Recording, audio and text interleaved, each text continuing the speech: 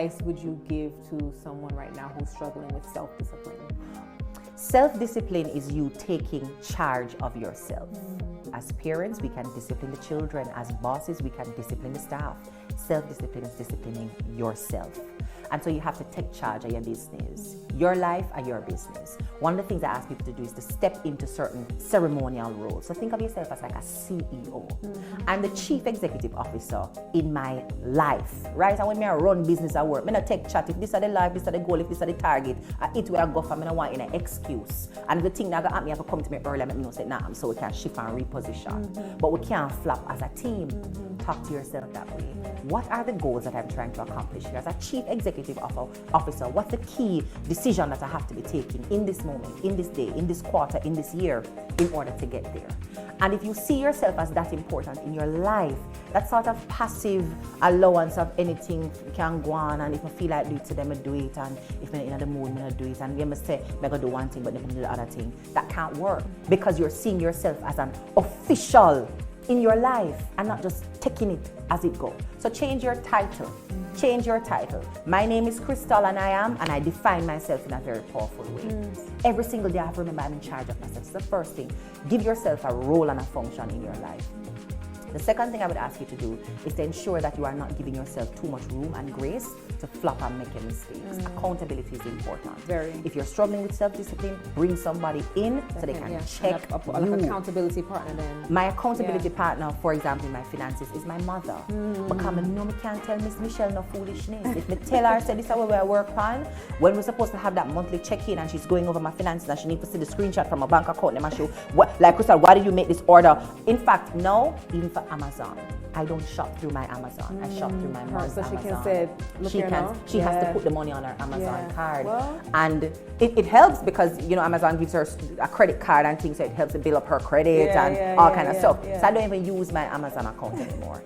She has the money, and I said, Mommy, I have allocated, me trying to be professional, I've allocated $300 for Amazon purchases this month. I'm gonna take a deep breath and wait for her to read the message. And then she said, well, explain to me what you're buying. Put the things in the cart. Let me look at it and see if it's things that you actually need. I mean, down to my Amazon purchase. So even though we agree. We need the accountability, right? We agree I'm going to spend $300, you know, but she's also not going to allow me to be loose and fast with the $300. So she said, me put some stuff in the cart. You can't take out this thing, you know, because I already, for example, stuff for my daughter. You can't take out the shoes, because I put in some stuff in I want order. So she's going to get some shoes. You can't take out the shoes, and I'm about to spend your money on the shoes. Why are you buying this? Why do you not think you can get something like this? And so she's keeping me accountable, even in the leisure self-care activities as well. So bring somebody in to keep you accountable. One of the other things that I would recommend is attach a cost. When you are not disciplined, you have to be very clear about what that indiscipline is going to cost you. Many of us, because the goal we have is we alone know, nobody know. So if we don't accomplish it, who else know but God, right? So there's actually no cost or risk to it. I will be no better off, and it's me alone know. Put a cost to it.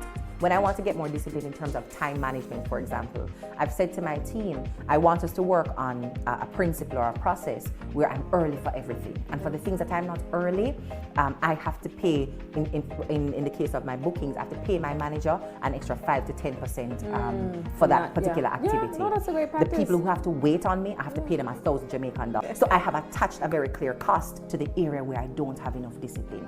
And then that sense of urgency, that sense of accountability, that sense of I am the CEO, I'm in charge of this thing, I can take control of this right now. All of that marry well together now to make sure that I change the habit or build the good habit that can increase discipline. So those are some strategies I'd recommend, starting with the self-reflection and owning it. This is my job, nobody else's job. Can't blame nobody, can't drop asleep on my life. Who is going to help me to be accountable here? Bring that person in, make sure it's somebody you trust, somebody you respect, and somebody who can talk to you. Can't them forever talk to you, they can't hold you accountable. Which is why my mother have to deal with my money, because my mother don't afraid for color me, right? And then finally, what's the cost? How does this impact your pocket sometimes in a very clear and hurtful way, so that you will make sure that I don't incur this cost over and over again, because I really can't afford to lose in this particular area.